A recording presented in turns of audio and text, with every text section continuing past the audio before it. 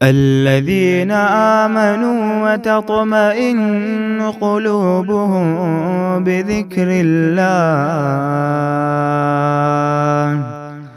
ألا بذكر الله تطمئن القلوب۔ کائنات کی پوری چیزوں میں ایک ٹیم ورک آپ کو دکھے گا آیت 41 سے 46 میں، اور ساتھ ہی ساتھ اللہ تعالیٰ کی عظمت اور قدرت کا بیان ہے۔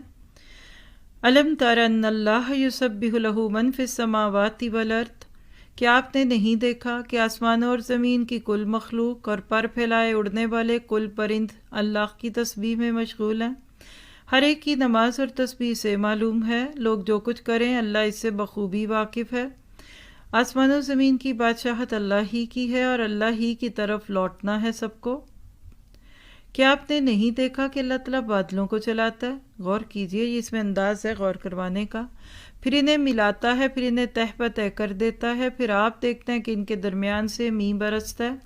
وہی آسمانوں کی جانب اولوں کے پہاڑ میں سے اولے برساتا ہے۔ پتہ چلا آسمانوں پہ اولوں کے پہاڑ ہیں۔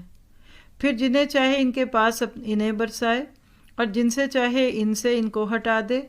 بادل ہی سے نکلنے والی بجلی کی چمک ایسے ہوتی ہے گویا اب آنکھوں کی روشنی لے چلی۔ اللہ تعالیٰ ہی دن رات کو رد و بدل کرتا رہتا ہے، آنکھوں والوں کے لیے تو اس میں یقیناً بڑی عبرتیں ہیں۔ تمام کے تمام چلنے پھرنے والے جانداروں کو اللہ ہی نے پانی سے پیدا کیا۔ ان میں سے بعض تو اپنے پیٹ کے بل چلتے ہیں، بعض 2 پاؤں پر چلتے ہیں، بعض 4 پاؤں پر، اور دیکھیں انسان کا بچہ یہ ساری کیفیات سے گزرتا ہے۔ اللہ تعالیٰ جو چاہتا ہے پیدا کرتا ہے، بے شک اللہ تعالیٰ ہر چیز پر قادر ہے۔ بلا شبہ ہم نے روشن اور واضح آیتیں اتار دیں۔ اللہ تعالیٰ جسے چاہے سیدھی راہ دکھا دیتا ہے۔ کس کو دکھاتا ہے؟ جو خود دیکھنا چاہتا ہے۔ اب دیکھیے کہ ان ساری آیتوں میں آپ کو کائنات کے مختلف مظاہر دکھے، ٹیم ورک ہے۔